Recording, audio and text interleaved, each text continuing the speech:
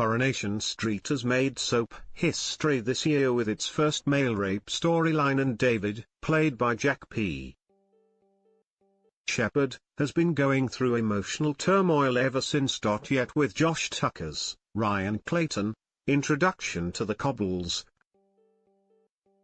he has become a well-liked Weatherfield resident and has made it even harder for David to try and escape his trauma. Taking his children to see Martin, Sean Wilson, in Liverpool last week, David tried to seek solace from his dad after the horrific event, but it didn't work. In tonight's gripping installment, the ITV soap will see Martin and Shona, Julia Goulding, try and convince David that he's making a huge mistake, but it goes awry. Approaching his son carefully, Martin will demand answers for David's rash behavior. "I don't want a row, I just want a decent explanation," Shona says at first. But David refuses to open up about his real problems.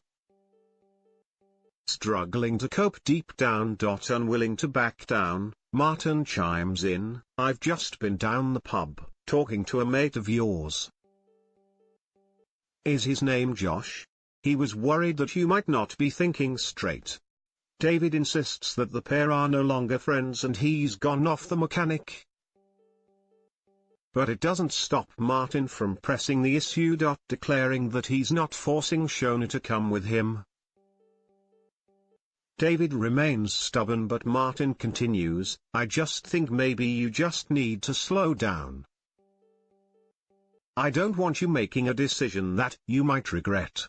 I might regret, or you might."